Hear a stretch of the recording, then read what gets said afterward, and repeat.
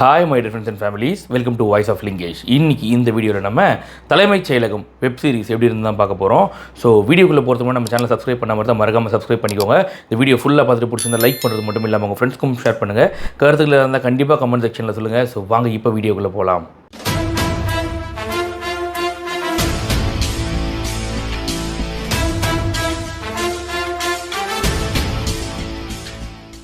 தலைமைச் செயலகம் இந்த வெப் சீரிஸோட கதை என்ன அப்படின்னு பார்த்தோம்னா, டைட்டில் பார்க்கும்போதே நமக்கு தெரியும் இது வந்து கம்ப்ளீட்டாக ஒரு பொலிட்டிக்கல் ட்ராமா அப்படின்ட்டு.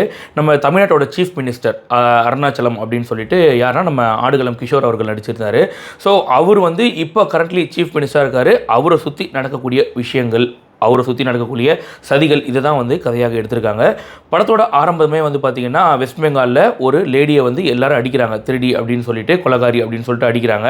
ஸோ எதனால் அப்படின்னு பார்த்தீங்கன்னா, அவங்க வந்து எக்ஸ் எம்பியை வந்து கொண்டுட்டதாக அவங்க மேலே ஒரு குற்றச்சாட்டு ஒன்று இருக்குது.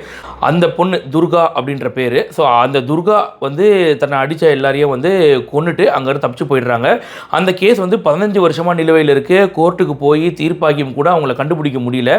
ஸோ இப்போ வந்து அங்கே இருக்கவங்கெல்லாம் வந்து இதை சிபிஐக்கு மாற்றுங்க அப்படின்றாங்க. ஸோ இந்த கேஸும் சிபிஐக்கு மாறுது. ஸோ இப்போ சிபிஐ இந்த கேஸை கையில் எடுத்திருக்கு. இது ஒரு பக்கம். அதே மாதிரி தமிழ்நாடோட சீஃப் மினிஸ்டர் அவருக்கு வந்து பார்த்திங்கன்னா, முன்னாடியே பண்ண ஒரு ஊழலில் அவருக்கு வந்து தண்டனைக்காக தீர்ப்புக்கு வெயிட் பண்ணிட்டு இருக்காரு.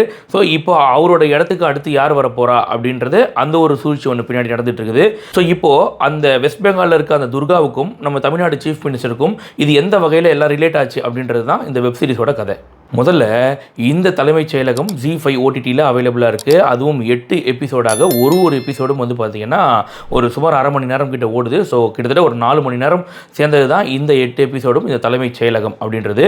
இப்போ இதோட பாசிட்டிவ் என்ன நெகட்டிவ் என்ன அப்படின்றத பார்த்துருவோம்.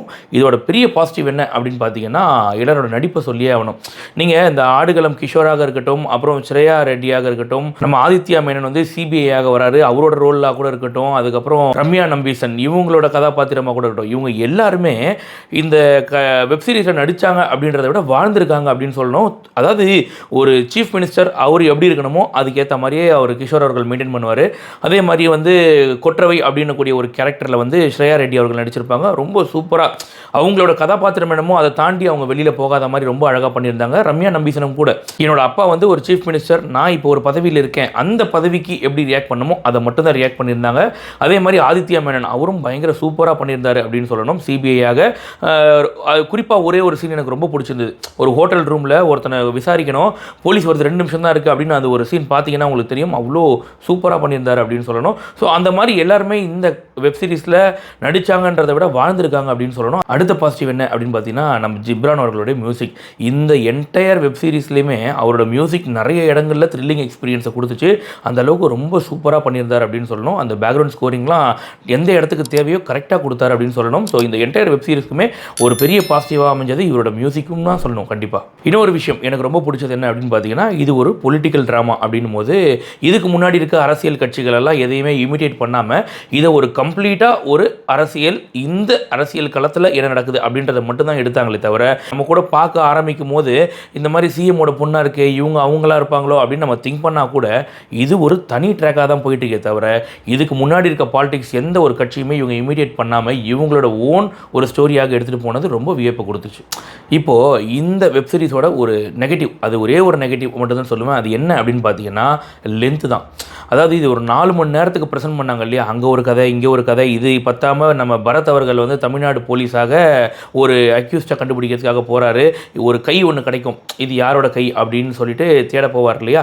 ஸோ இந்த மாதிரி வெவ்வேறு கதைக்களம் ஒன்று போயிட்டுருக்கோம். அதே மாதிரி ஸ்ரேயா ரெட்டியோட பொண்ணாக வரக்கூடிய ஒரு கேரக்டர், இந்த மாதிரி நிறைய கேரக்டர் இருந்தாலும் இதில் எனக்கு என்ன தோணுச்சுன்னா, கொஞ்சம் ட்ரிம் பண்ணி இன்னும் கொஞ்சம் சுவாரஸ்யத்தை கொடுத்துருக்கலாம் அப்படின்றது தோணுச்சு. உதாரணத்துக்கு ஒரு எபிசோடையும் பார்க்கும் போதெல்லாம் அந்த எபிசோடில் இருக்க நம்ம இன்புட் எடுத்துக்கிறோம், ஓகே. பட் ஆனால் எந்த இடத்துலையுமே ஒரு சுவாரஸ்யம் இல்லாமல் போயிடுச்சு.